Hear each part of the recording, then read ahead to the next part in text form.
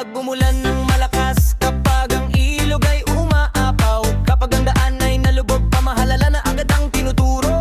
Kasalanan nila, sigaw ng ilan, bakit hindi nila ito napigilan? Ngunit ang ununos ay likas na dumarating, hindi lahat kayang pigilan ng pamumuno natin. Bago humatol, bago manisig, tingnan muna ang buong paligid. May pagkukulang man, may pananagutan, pero hindi lahat ay kasalanan ng pamahalalan.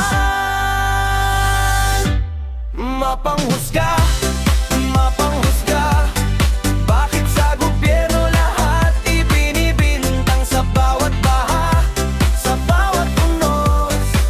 Sino nga ba ang tunay na dapat sisihin? Mapanghusga, mapanghusga, huwag agad humatol sa gitna ng sakuna. Mas kailangan ngayon ang pagkakaisa, tulong at malasakit sa bawat isa. Mapanghusga, mapanghusga, huwag agad humatol sa gitna ng sakuna. Mas kailangan ngayon ang pagkakaisa, tulong at malasakit sa bawat isa.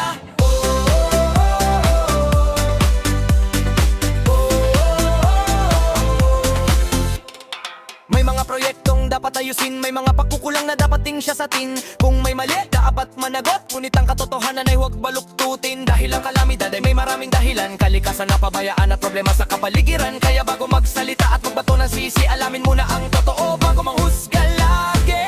Ibig sabihin, huwag nang magtanong, hindi ibig sabihin manahimik ka lang. Ang tama'y dapat ipaglaban, pero patas na katotohanan ang kailangan.